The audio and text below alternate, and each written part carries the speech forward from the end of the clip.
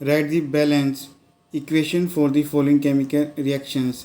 Hydrogen plus chlorine react होने के बाद आपके पास बनाए जाएंगे हाइड्रोजन क्लोराइड।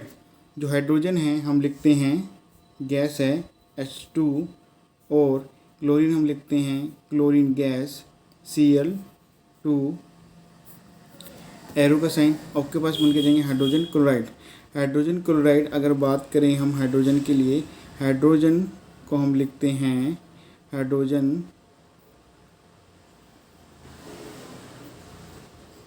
कैटायन और क्लोरीन एनायन।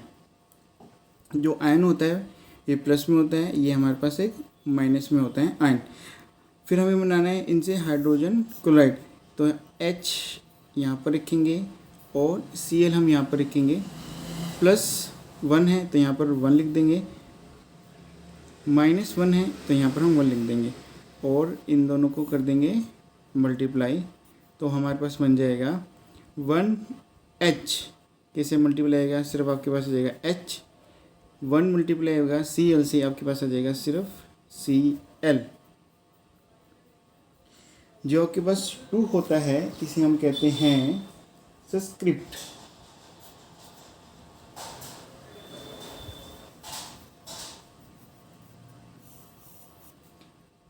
सब्सक्रिप्ट यहाँ पर भी 2 है, लेकिन यहाँ पर आपके पास है 1, यहाँ पर 1 है तो यहाँ पर भी 1 आएगा, यहाँ पर भी 1 आएगा। 1 को हम लिखते नहीं है, सिर्फ आपके पास आ जाएगा HCl। साथ में हमें बैलेंस करना है केमिकल इक्वेशन को। हाइड्रोजन यहाँ पर 2 है, क्लोरीन यहाँ पर 2 है, हाइड्रोजन यहाँ पर आपके पास है 1, क्लोरीन आपके पास है 1, यानी कि रिएक्टेंट और प्रोडक्ट आपके पास बैलेंस नहीं है। उसके लिए आपको एक मेथड का यूज़ करना है। फर्स्ट आपके पास होगा, आपने बनाना है बॉक्स। सेकंड आपने बनाना है टेबल। थर्ड आपने मैक्सिमम नंबर ऑफ एटम को ढूंढना है। फिर फोर्थ पार्ट आपके पास है मल्टीप्लाई। फिर आपने देखना है कि रिएक्टेंट और प्रोडक्ट के अंदर किस एलिमेंट के साथ आपके पास मल्टीप्लिकेशन हो रही है, जहाँ पर मैक्सिमम नंबर ऑफ एटम आपके पास आ रहे हैं। तो सबसे पहले बनाते हैं हम बॉक्स। इक्वेशन को हम एक बार और लिख लेते हैं, H2 + Cl2 एरो HCl। तो हम सबसे पहले पार्ट में अपने बना लिए हैं बॉक्स। फिर हमें बनाना है टेबल। टेबल बनाने के लिए सबसे पहले आपने लिखना है एलिमेंट, फिर number of atom left hand side के, नंबर ऑफ एटम आपके होंगे राइट हैंड साइड के। सबसे पहले हाइड्रोजन है तो यहाँ पर H हो गया। लेफ्ट हैंड साइड में एटम आपके पास हाइड्रोजन के हैं 2, राइट हैंड साइड में आपके पास है 1।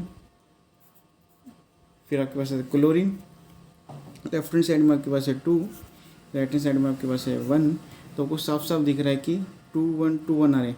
फिर आपने देखना है मैक्सिमम नंबर ऑफ एटम का है, दोनों 2 2 हैं, तो यहाँ पर भी मैं 2 से मल्टीप्लाई कर दूँगा बैलेंस करने के लिए।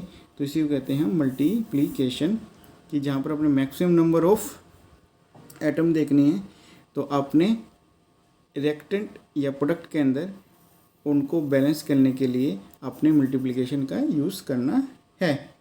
अगर मैं यहाँ पर 2 से मल्टीप्लाई कर देता हूँ, यानी कि हाइड्रोजन के अंदर, तो हाइड्रोजन जब 2 से मल्टीप्लाई करें पूरा यहाँ से मल्टीप्लाई होगा। इसको कहते हैं हम कोफिशिएंट। कोफिशिएंट मैं यहाँ लिख दूंगा 2, तो 2HCl हो जाएगा, यानी कि ऑटोमेटिक ही क्लोरीन आपके पास नंबर ऑफ 2 एटम आपको मल्टीप्लाई कर दिया है हाइड्रोजन का। तो यहाँ पर हम 2 लिख देंगे, इसको कहते हैं हम कोफिशिएंट ऑफ HCl। तो बैलेंस करके देखेंगे, हाइड्रोजन के 2 हैं, हाइड्रोजन के 2 हैं, क्लोरीन के भी 2 हैं नंबर ऑफ एटम, और क्लोरीन के नंबर ऑफ एटम भी 2 हैं। तो ये आपका हो जाएगा आंसर।